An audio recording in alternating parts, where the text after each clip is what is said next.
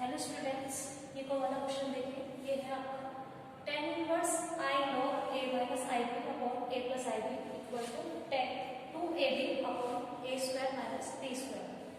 तो ये आपका tan इनवर्स है। tan इसमें आपका राइट साइड में चला जाएगा, तो क्या हो जाएगा tan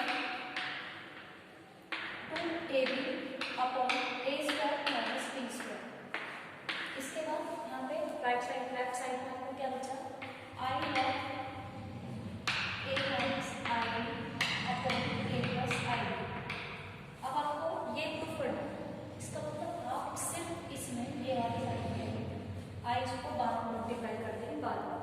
जैसे इससे पहले वाले क्वेश्चन में मैंने सिर्फ आपको इसकी वैल्यू निकाल के दिखाई थी और आई से मल्टीप्लाई नहीं की थी, आई से मल्टीप्लाई कर दिया। उसमें आ रहा था आपको माइनस के पाई आई और लास्ट में क्या आ रहा था 2i और tan इनवर्स।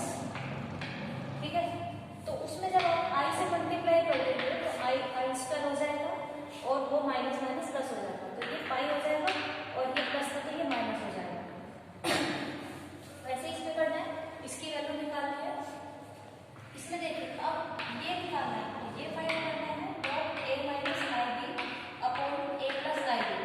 तो आप दो तरीके से इसको सॉल्व कर देंगे, या तो इसको आप लिख सकते हैं log a minus ib minus के log a plus ib, या फिर दूसरा तरीका है कॉन्जुगेट से मल्टीप्लाई करेंगे इससे। ठीक है, तो अब देखिए कॉन्जुगेट से मल्टीप्लाई वाला तरीका a minus ib upon a minus ib। Conjugate से मल्टीप्लाई करने में रियल पार्ट और इमेजिनरी पार्ट को अलग अलग कर लेंगे।